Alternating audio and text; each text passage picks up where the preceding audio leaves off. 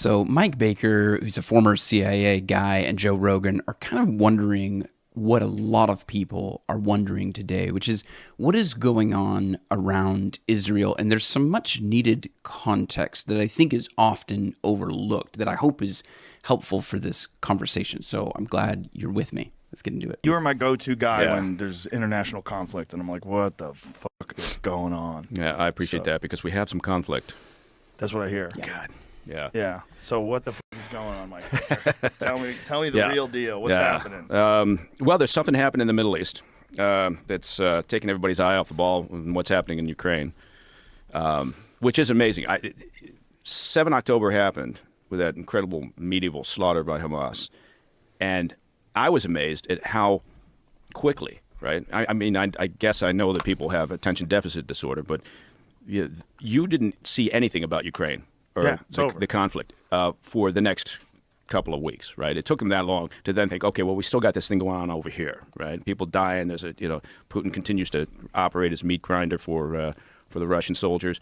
I should say at this point, this is not a political podcast. Our intent here is to look at the ideological, the philosophical, and the theological foundational points for what is otherwise obviously a very political conflict, but our focus there is not necessarily in the realm of politics. Our focus is to understand the foundation and then wonder why we got here. How did we get to this place? So that was incredible. But then timing-wise, the other thing that I thought was amazing was despite the brutality of the 7 October attacks, and Hamas knew this was going to happen, but the number of days that it took to turn the narrative around, right? So everybody was horrified at how terrible the slaughter was. And then within a matter of days, it was like, it's Israel's fault. Right. And how did that happen? Hamas knew that was going to happen because that's what they count on, which is why they embed themselves with civilians. It's why they put, their operation centers, their tunnels, their weapons stockpiles. It's why they put it all underneath civilian infrastructure. So as we talk about this, it is important to understand that the conflict in and around Israel is obviously part of a much bigger global conflict of our day. I mean, there's a lot going on today, but it's also really important to understand that this conflict is thousands of years old. And so we will get to that as we unpack this a little bit further. But what I wonder is with that shift in the narrative being so quick, is there not a more sort of fundamental thing going on ideologically in how people look at Israel, how people look at Islam, how people understand maybe those two groups? And for me, because I don't reject the spiritual nature of reality, I understand that what's happening politically and geographically is really tied to the spiritual realm. There's more going on than I think we oftentimes give credit to. And it's important to realize that there is more going on. Like the Al-Shifa hospital that's been in the news lately and other places, because they know that they're going to end up with dead Palestinians, right? And that's kind of, it sounds wrong, but it's kind of their currency, right? It's kind of what they expect. And they don't give a shit. I mean, you can see just by the way that Hamas is governed. You can tell by the fact that they've done nothing to improve the lives of Palestinians. They don't give a shit about Palestinians, right? That's not their point. Their point is the extermination of Israel. And there we go. And this is what would bring me to Ayaan Hirsi Ali's statements recently at the ARC conference. She's going to provide her own story when it comes to this and put some things into perspective. And if you're not familiar with her, she did a piece with Unheard talking about why she moved from Islam to Christianity. And it's very interesting. I will link this in the comment section below. It's definitely worth reading. You can also check out Paul Vanderklay's channel. He's doing a lot as far as creating dialogue around her story. And I thought it's very compelling. And in order to understand Ayaan's story, there's actually even some more context that we should look into. And it comes from Genesis chapter 16. This is the story of Abraham. And so what we know is that God had promised something to Abraham. God had promised this land, this promised land. He also promised to make him a great nation. And as Abraham got older, he started to kind of wonder about that. And there's this story between Abraham and the maidservant of his wife, Sarah. So Hagar flees because she's afraid of Sarah. And God meets Hagar out in the wilderness. And he says, okay, now the angel of the Lord found her by a spring of water in the wilderness, by the spring on the way of Shur. He said, Hagar, Sarah's maid, where have you come from and where are you going? And she said, I'm fleeing from the presence of my mistress, Sarah. Then the Lord said to her, return to your mistress and submit yourself to her authority. Moreover, the angel of the Lord told her, and this is the promise, it's like God's promise to Abraham still extends to the son of Hagar. But there's a twist. I will greatly multiply your descendants so that they will be too many to count. This is almost what God had said to Abraham about Abraham's descendants. It's not quite, but it is almost the same thing. Then the angel of the Lord said to her further, behold, you are with child, and you will bear a son, and you shall call his name Ishmael. So we have Ishmael coming on the scene. We will have Isaac coming on the scene, the two sons of Abraham. And so the people of Abraham are two in number, these two half-brothers, Ishmael and Isaac. But the people of God are one in number. And that's where the conflict comes. Who gets to claim the promises of Abraham, the father of these two nations? Because the Lord has given heed to your affliction. He, that is Ishmael, will be a wild donkey of a man. He will be against everyone, and everyone's hands will be against him, and he will live to the east of his brothers. This is what is often missed in the conversation around Israel. He will live to the east of his brothers. Now, this could be geologically to the east, and so you could just picture a map and think, what's to the east of Israel? Or it could also mean someone who lives in defiance of his brothers. Or both. Modern, English translations are going to set it as east because of the context here. But that is really, really important to understand, and it really sets the stage for then what Ayaan is going to say here. So let's get into that. The story we were told was the story of this is God's purpose for you, for all of us. The answers were a given. I became dissatisfied with that story, I think as most people here know, and I picked a different story when I was old enough, I thought, and capable enough to make a choice. And again, I think we find ourselves today, right now, in a moment where we have to make a choice, and we have to make a moral choice. I sit here and I can say today, given what's going on, I support Israel. No buts, no ifs, unequivocally. That is a moral choice. And it is based on the story of the civilization that I adopted. And the civilization that I adopted, Western civilization, is threatened with a story from the civilization that I left.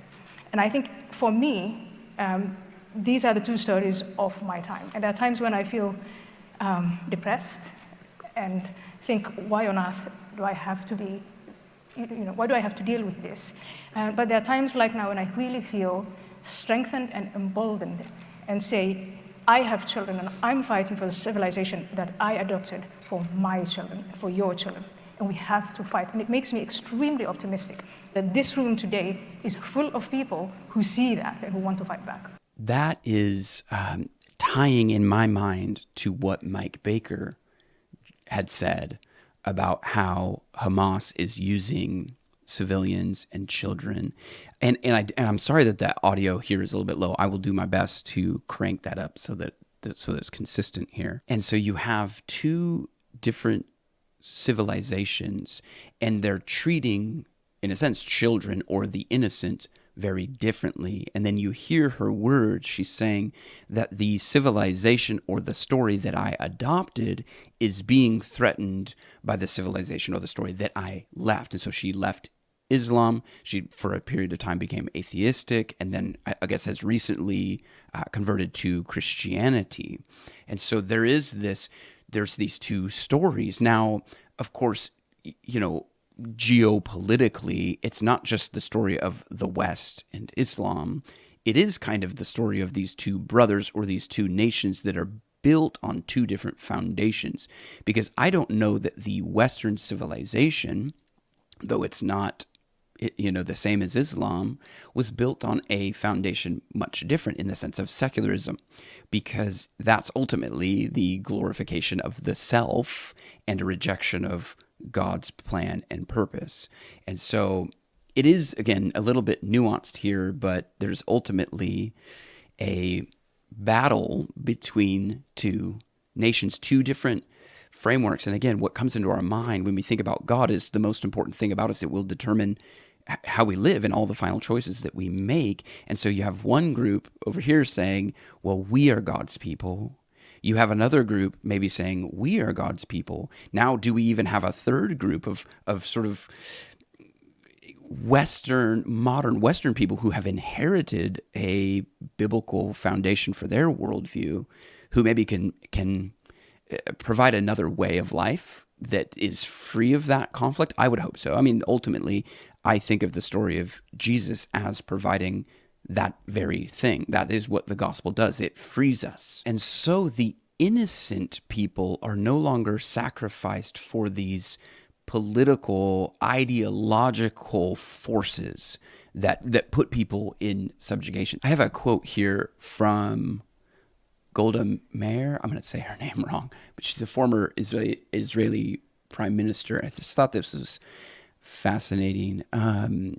She says, when peace comes, we will perhaps in time be able to forgive the Arabs for killing our sons, but it will be harder for us to forgive them for having forced us to kill their sons.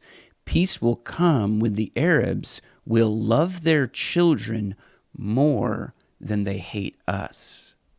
That's a very interesting. The innocent people, and again, this is also where maybe the nation of Islam is not much different than the secular West, in that the innocents are the ones being sacrificed for those political ends, and we need another way, right? And she does provide that. She provides a sense of hope here. The hopelessness for me comes when people make excuses for evil. When you have 3 weekends in a row, 100,000 people who live here, who've grown up here, and who enjoy the blessings of this civilization, march in London and make excuses for evil and side with evil.